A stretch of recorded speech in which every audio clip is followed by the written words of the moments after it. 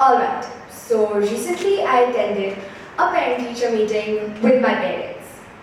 My grades were reviewed and strategies were quickly designed for me to get an A star in my next term. Okay, so we're going to start off with a question. When studying, is running better than walking?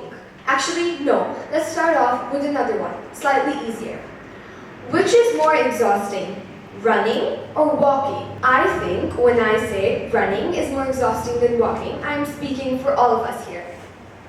But how is all of this running and walking connected to studying? Today, I'm going to tell you all. What I mean when I say when studying is running better than walking is basically when studying, is it better to miss the small details and put way too much effort and energy on every leap you take? So much effort and energy that at the end, when you want, or when you need that much effort and energy for the big push, you won't have any. You will completely burn out. Or you take your time, observe every small detail on your path, put the right amount of effort and energy on every step you take, and then, for the big push, or as known as a test, you will have the right amount of effort and energy you will need. Now, as a post-millennial or Gen Z, I don't have much experience, but I do have a lot of experience with being too hard on myself. And I know for a fact that it gets exhausting at the end when it's crucial to have the most energy. 3 years ago, I vividly remember, I was always trying to be perfect. Everything I did had to be better than perfect. I had put all my effort and all my energy in every project and homework I got.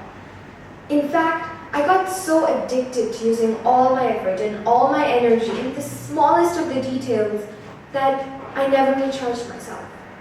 I kept running 24/7 until I got exhausted. One day, I stayed at my project and realized I wasn't enjoying this anymore. The person who loved studying, looked forward to it, was vanishing. I stared at my project cluelessly. The beauty and charm of my favorite subject was fading away, and perfection was filling the empty spaces. So I got so lost in being perfect that I forgot how to enjoy studying. What do you think? Me? I think, moral of the story, I had burnt out completely.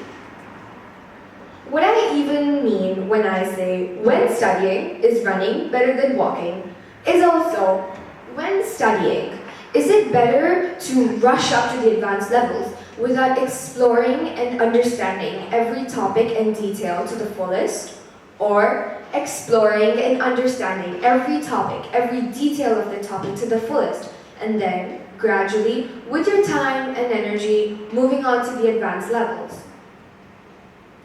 Now, in all of this, you may realize that perfection is my second priority. Why? Well, see, if you like a subject, if you have an interest in a subject, you would want to do it. It becomes your passion, it becomes a part of you, it becomes your strength/job. It becomes the reason why you want to wake up. It will immediately bring a smile to your face. For example, I know if someone told me to do art after this, a smile will immediately spring on my face, and in an instant, I would bring all my art equipment outside to paint another piece. And absent-mindedly, I would sometimes try to do the advanced levels. Now this can also be a different perspective of why some teenagers always act so tired and annoyed. Teenagers is a word, it's not a feeling, and maybe sometimes it goes deeper than we think. Maybe the pressure of all of this work is making the teenagers burn out and not letting them have fun while studying. This different perspective can also be relatable to higher performing students. Now tell me, in your school, did the topper ever ask for any help? I don't think so. It would first start with them asking some questions, Then they would rarely ask any questions, and then they would stop asking questions. And that would become permanent. They would never ask questions, and we will renew their image in our head. This new image would consist of them always getting the highest marks without asking for any help. And after we renew this image, we start taking higher performing students for granted, and we force them to go above and beyond our expectations.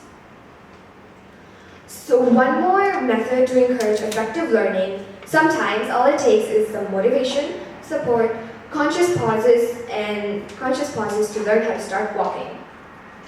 One more method to encourage effective learning is to consciously create pauses. Everyone has their own speed at which they process information. In any case, if we get more time to process the information, the quality of our learning and understanding improves. So, in conclusion, if you are one of those people who constantly run 24/7, always pressurize yourself and be hard on yourself, my suggestion to you is to make conscious pauses an intentional part of your daily life. All you need to do is pause, take a deep breath, and learn how to start walking. When you walk, you observe every small detail, and that brings a new confidence in you. This new confidence empowers you for the big push.